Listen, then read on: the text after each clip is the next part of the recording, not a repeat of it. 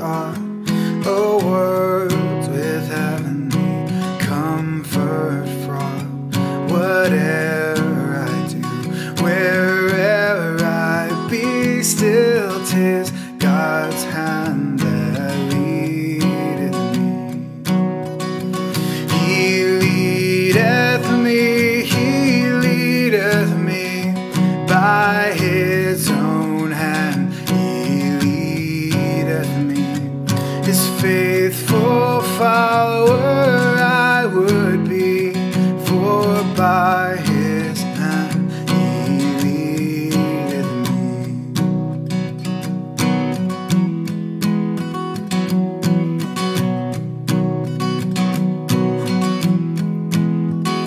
Sometimes mid-seas of deepest gloom, sometimes where Eden's bowers bloom, by water still or troubled sea still. 'Tis God's hand that leadeth me. He leadeth me by His own hand. He leadeth me, His faithful follower I would be, for by His hand He leadeth me.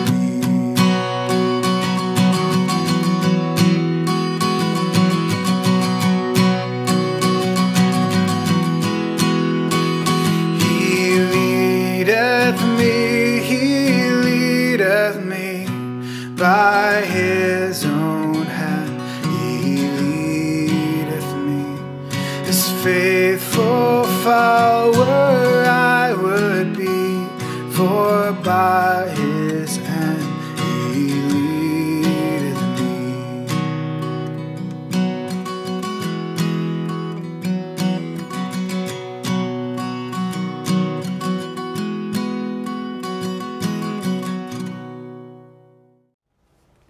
Magandang umaga po sa ating lahat. Purihin ang Diyos sa isang napakasayang umaga na mula sa ating mahimbing na pagtulog, bumangon tayo ngayon upang makinig, makipagniig sa ating Panginoon sa debosyon sa umagang ito. Ang ating teksto, mga kapatid, na ating pagbubulayan ngayon ay matatagpuan sa sulat sa Ebanghelyo ni Marcos. Ngunit gusto ko lang pong basahin ang verse 16 to 18 na ganito ang sinasabi. Samantalang naglalakad si Jesus sa lawa, tabi ng lawa ng Galilea, nakita niya ang magkapatid na Simon at Andres na naghagis ng lambat. Sila'y mangingisda. Sinabi ni Jesus, sumama kayo sa akin at kayo'y gagawin kong mamamalakayan ng tao. Pagdakay, iniwan nila ang kanilang lambat at sumunod sa kanila. Mga kapatid, dito makikita natin yung bahagi ng ministeryo ni Jesus ay ang pagtawag sa kanyang mga alagad upang makakatulong niya sa kanyang pagmimisyon, sa kanyang pagbabahagi ng mabuting balita.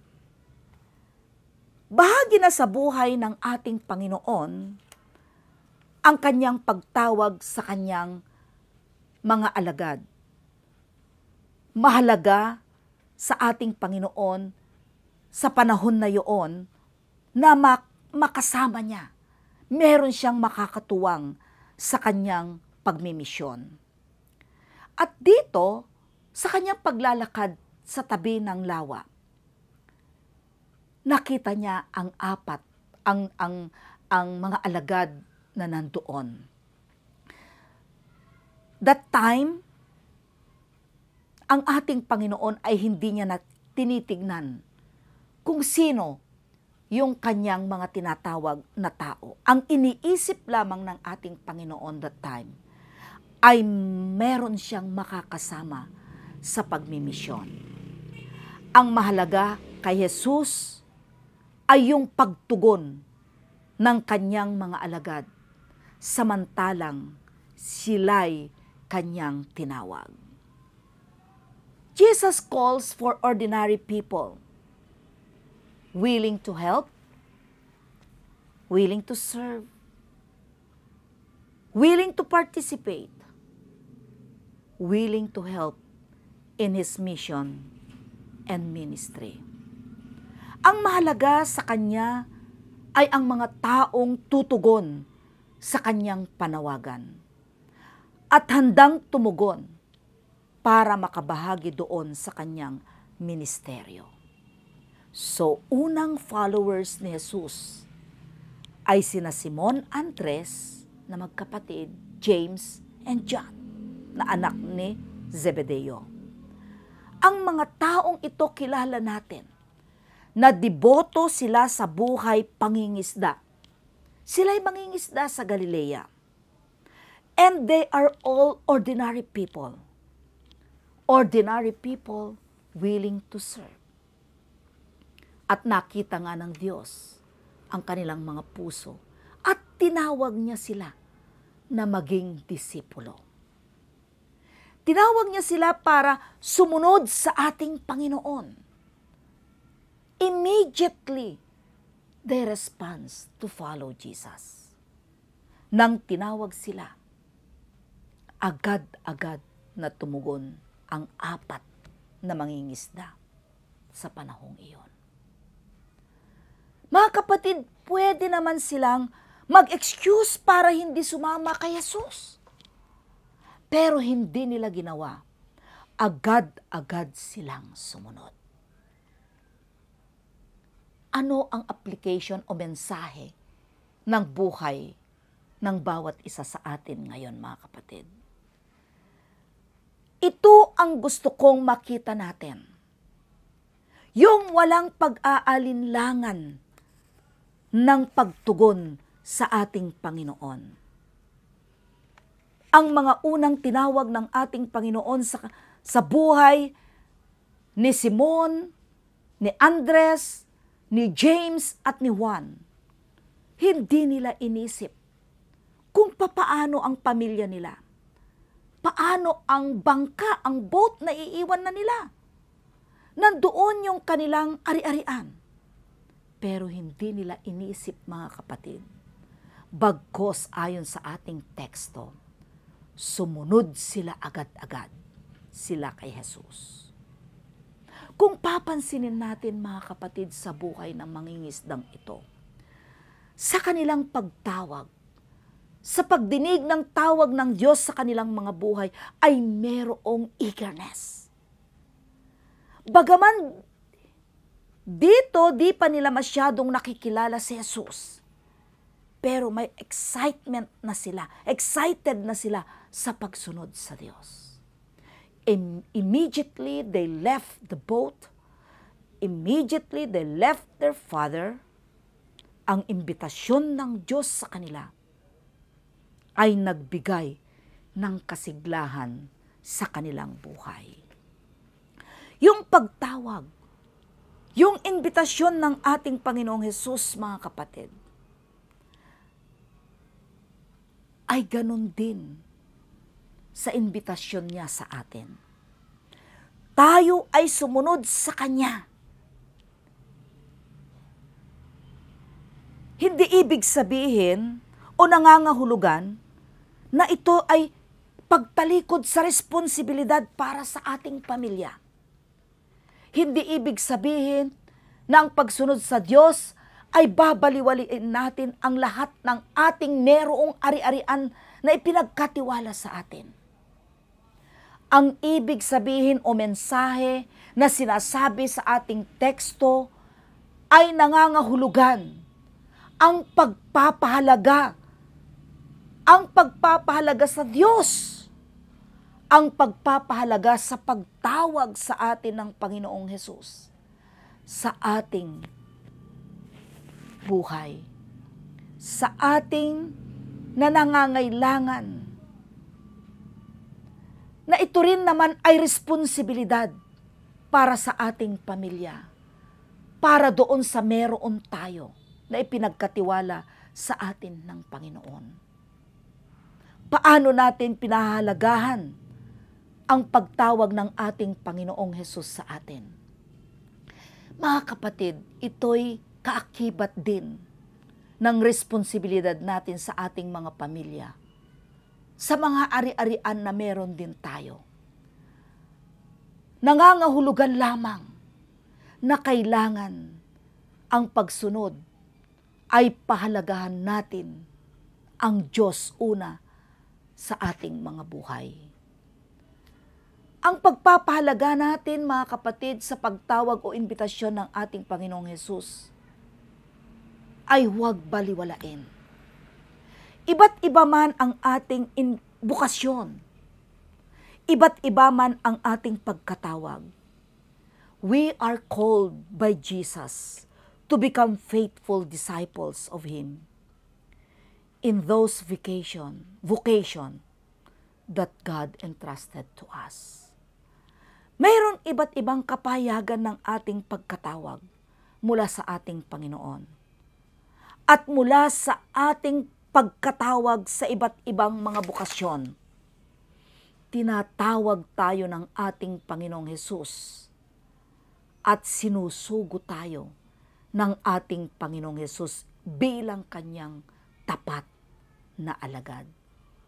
Ano man klase na bukasyon na meron tayo, sinusugo ng ating Panginoon ang ating buhay. Ang pagsunod sa Kanya ay maranasan natin yung kagalakan, yung walang hadlang, yung walang pag-aalinlangan.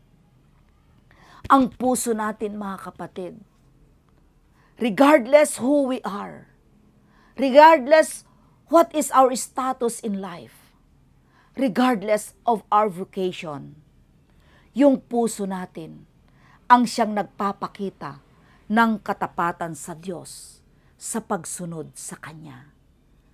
Kapatid, bukas ba ang iyong puso sa pagsunod sa ating Panginoon? Kapag tinatawag tayo, alisin natin ang lahat ng doubt sa puso. Isipin natin na ang pagsunod na iyon, bitawan man natin ang meron sa atin. Dahil sa pagsunod, alam ko na mas higit ang mabuting paroroonan natin dahil ang sinusundan natin ay ang yapak ng ating Panginoon na siyang tumatawag sa atin. Mga kapatid, ang simpleng buhay, ang simpleng meron tayo, kapag sumunod ka sa Diyos, matatagpuan mo ang kasiglahan, ang kasaganahan, ang kapayapaan ng buhay sa mundong ating kinalalagyan. Ang buhay ay lilipas, hindi natin ito hinahawakan, pinanghahawakan ang buhay na ito. Anumang oras, mawawala tayo sa mundong ito. Subalit kapag sumunod sa Kanya, matatagpuan natin isang iglap ng buhay, ang kaligayahan na makapaglingkod sa ating Panginoon. Kapatid, halika't sumunod. Taglayin mo at maranasan mo ang kagalakan ng buhay sa piling ng Diyos. Magandang umaga po sa bawat isa sa atin. At sa buhay mo ngayon, sa buong maghapong ito, na sinusundan natin ang yapak ng ating Panginoon, sumunod tayo na maging alagad ng Diyos sa mabuti at kapayapaang gawa ng ating Panginoon. Purihin ang Panginoon. Magandang umaga. Sa Diyos ang papuri, sa Diyos ang nagmula ng lahat, tatanggapin ninyo ang biyaya mula ngayon at magpakailanman. Tayo'y manalangin. Pinupuri ka namin, O Diyos, sa isang napakagandang umaga. Pinupuri ka namin, O Diyos, sapagkat sa pagsunod ng mga pinili mong mga disipulo, unang alagad mo, ay gayon din nawa ang aming mararanasan. Nang maglingkod at sumunod kay Kristo na masaya. Panginoong Diyos, samahan mo kami sa aming mga buhay. Huwag nawang hadlangan ang aming pagsunod ng mga bagay-bagay na nakapalibot sa amin. Huwag kaming matatangay doon sa kagustuhan ng aming buhay. Bagkus, O Diyos, sundan namin ang tibok ng puso, sapagkat ang tibok na iyon, si Kristo ang siyang gumagabay, ang siyang nagbibigay kasiglahan sa amin upang humakbang patungo sa iyo. Panginoon, alam po namin at batid mo, maraming mga pagsubok sa buhay na ito. Maraming mga hadlang. Subalit salamat sa buhay ng una mong mga alagad na iyong mga tinawag. Sumunod sila na walang pag-aalinlangan. They left everything. They left their boat. Yung seguridad, yung comfort zone. Panginoon, naway matuto din kami na sumunod sa iyo. Kalimutan ang dating gawa. Kalimutan at magsisi kami sa aming mga kasalanan. Anumang pagsubok na dumarating, hindi ito ang makakahadlang ng aming pagsunod sa iyo, O Diyos. Panginoon, narito po ang iyong mga anak nakikinig. Sana po sa buong maghapong ito, sa kanilang buhay, maranasan nila muli ang kaligayahan na makapaglingkod sa aming Panginoon, na sumusunod sila sa yapak ng aming Panginoong Diyos na tagapagligtas. Patawarin mo kami sa aming mga kasalanan. Ito po, O Diyos, ang aming dalangin. Amen at amen. Magandang umaga po sa ating lahat. Purihin ang ating Panginoon. Amen.